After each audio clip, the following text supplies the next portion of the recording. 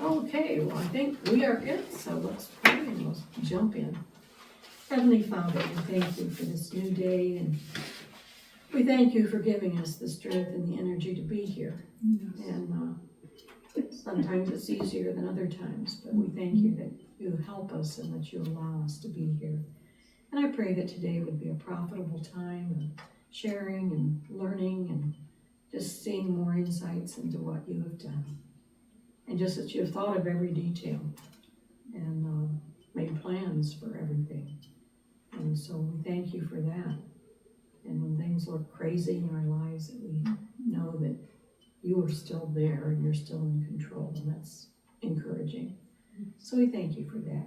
In Jesus' name, amen. Okay, well, first of all, when I did the homework myself, I found 2 mistakes at least. So, the first one says, what 4 men did God choose? Well, there were 5. There were dad and 4 sons. But that wasn't too bad.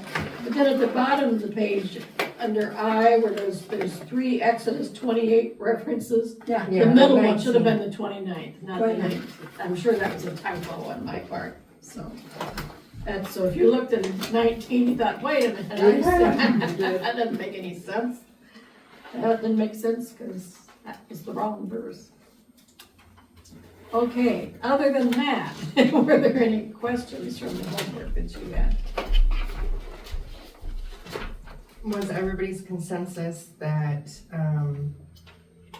on E, in your own words, what you think Exodus 28:12?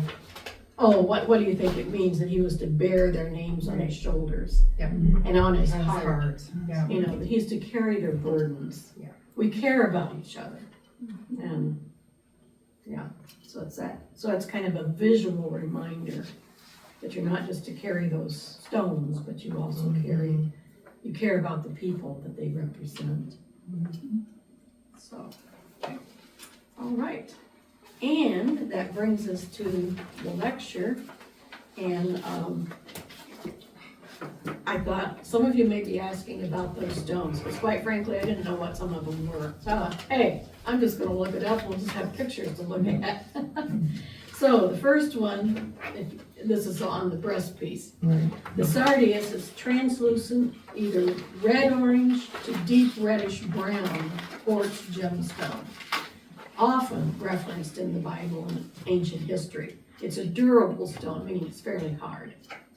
Frequently used in ancient times for engraved seals, for signet rings, for jewelry. It was called sardius because it was obtained from Sardis in Lydia. So the modern name for it is carnelian, which I hadn't heard of either, but anyway, that's the modern name. Gemologists recognize it as a translucent orangey red quartz. It's frequently found in the tombs of ancient royals. One of the homework questions says, how would you describe the garments, utilitarian, gaudy, or royal? Oh, she was aiming for royal because they had gems on it like royalty used. And the second one is topaz, a silicate mineral that forms hard, transparent crystals used primarily as a semi-precious gemstone. Naturally occurring in colors all the way from yellow and amber to pink, blue, and then even clear, colorless. It's often found in volcanic rocks.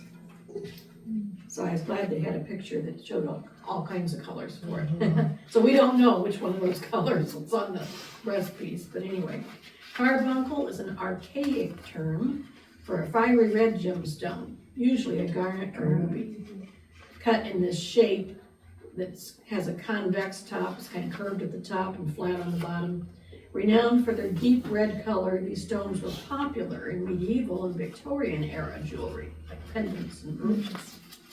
Emerald is a precious gemstone renowned for its vibrant color, ranging all the way from light green to deep intense green. The most valued ones are highly transparent. I thought those pictures were pretty. I was glad I found them. Sapphire is a precious gemstone variety of the mineral corundum. Renowned for its exceptional hardness. 9 on the Mohs scale. The Mohs scale is used, diamonds at the very top, it gets a 10, perfect 10. So this is pretty close to that. Okay, it exists in nearly all colors except red, but I guess blue is the most common. Diamond is something we all understand, but maybe you didn't know that a diamond has a Mohs hardness rating of 10, making it the hardest known natural material. And it's exceptionally resistant to scratching and can only be scratched by another diamond. Nothing else is hard enough. Jacinth refers to a rare reddish orange or yellow red variety of the gem zircon, also historically known as hyacinth. It's used as a precious stone in jewelry and possesses biblical significance. It's one of the foundation stones of the New Jerusalem. And it's also sometimes used as a feminine name. When I was growing up, there was a family down the road, their daughters were named Ruby, Pearl, and Opal. So I guess their mom had a thing for precious stones. She had a fourth one, maybe she would have been hyacinth or jacinth. Agate is a common, often banded, meaning streaky, semi-precious gemstone composed of microcrystalline quartz. It's characterized by layered concentric bands of varied colors. It has a waxy texture and high durability. And then amethyst, I've got one of those I'm wearing today, my birthstone, known for its violet hue ranging from light lavender to deep royal purple. It's a durable gemstone. It has a hardness rating of 7. It's widely used in jewelry. It's a traditional birthstone for February, and it's found worldwide in volcanic rock cavities known as geodes. My aunt used to look for geodes. I don't know, there was some park where you could find them and take them home. And the blacker they are, the more rare they are. Oh, okay. She lined them up somewhere, I forget now where she had them, but she loved geodes. Fascinating. Okay, that brings us to beryl, number 10. It's famed for creating popular gemstones like emerald and aquamarine. It too is durable. It's pretty hard. Found in various colors. If it's pure, it's colorless, like a diamond, while impurities create green, blue, pink, and yellow shades. It's always been used in fine jewelry because of its hardness and brilliance. But it's also valued in modern times as the primary commercial source of beryllium, a metal used in specialized aerospace and electronic applications. So how about that? Onyx is a translucent banded variety of quartz renowned for its luxurious appearance and ability to be backlit, making it popular in high-end design for wall cladding, countertops, and decorative art. It's a soft stone characterized by parallel bands of color and a translucent silky luminosity. Some of it's almost pure black, but they came in a bunch of colors. And then jasper, the picture made me think of Easter eggs. It's so pretty. It's an opaque, fine-grained variety of chalcedony, or chalcedony, however you pronounce that, quartz, recognized by its diverse earthy colors and unique patterned appearance. It is a durable stone, meaning it's hard. Used extensively for jewelry, decorative carvings, and in amulets. Often described as a stone of stability and grounding, it forms in nearly every color, with common types including red, yellow, green, and ocean jasper. And then last week we had a couple of questions. So one was about this shekel thing. I said it was a unit of currency. Actually, it was both. It was historically first a unit of weight, but it became used as currency because you would give people so many shekels, like so many ounces or grams of silver, you know. Anyway, it dates back to ancient times. Ancient Mesopotamia and the Bibles derive from the Hebrew word shakal. So you can kind of see the tie there, meaning to weigh.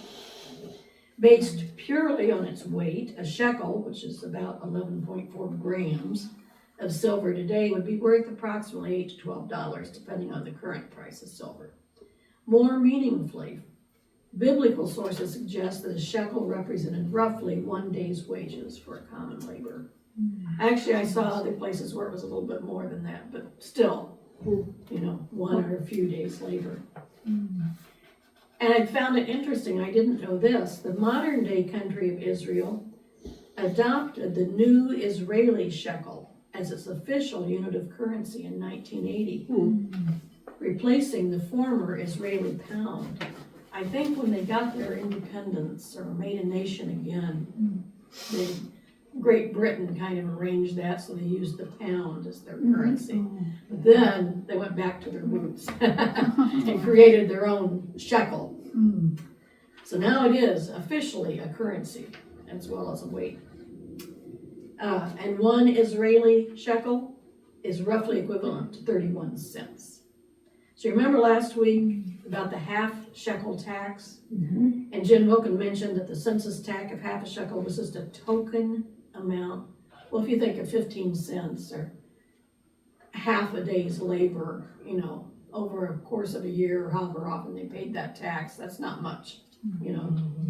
But that triggered a thought in my mind. So it wasn't the fact that they gave that amount of money, the amount was insignificant, but it was the purpose of it. It was to remind them that God had delivered them from slavery. Does that remind you of something like this? A token amount meant to remind us of something? Do this in remembrance of me. So it's not that we have to glug down a lot, but it's to remind us of something very important and very similar. So, and then Tam, you were asking about washing the feet of cadavers. Yeah. So I just looked it up to see what I could find out. And this, what I found from the articles I saw was funeral homes wash the entire body of a cadaver from head to toe for some very practical reasons. For one thing, it prevents the spread of harmful bacteria and disease. It cuts down on odor. It allows the body to be handled in a respectful way to prepare it for burial. And according to the source I found, funeral home workers don't necessarily begin with the feet. It probably varies from funeral home to funeral home. But I think they probably do have a regular set pattern to make sure. Suppose they get interrupted halfway through. When they come back, they sort of know where they left off, you know. So that would make sense to me, you know. And it is true that the body is carried, when they put the body in the casket and the pallbearers take it out, they lead feet first. But that, they said, was because if they have to go down steps, that's as a safer orientation. For the weight. For the weight. So, and it may be that some religious funeral homes would wash the body feet first. I don't know. I couldn't find any information specifically.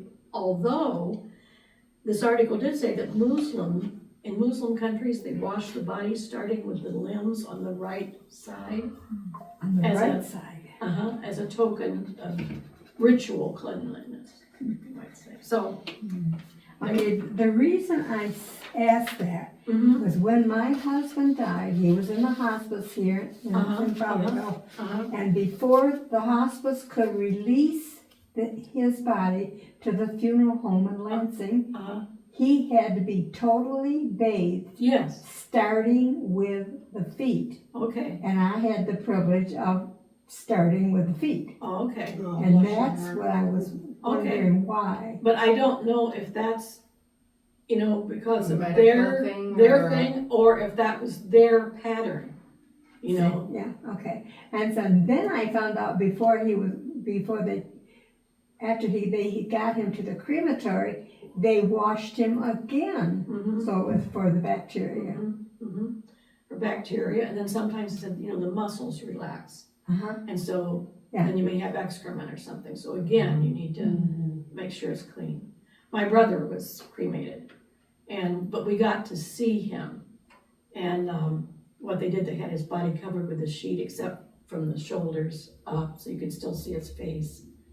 And so we got to, yeah, that was pretty neat. That was neat. Because he lived in Indianapolis and we were up here, so that allowed people time to, I mean, we had to come right away, you know, because they don't embalm the body if they're gonna cremate him. But we got down there, you know, within a day and were able to. Well, when you said the right side, the lady here in Fowlerville, she started from the right side. And I started I got to do the feet first. And then she started on the right side and she worked around. Now I know why.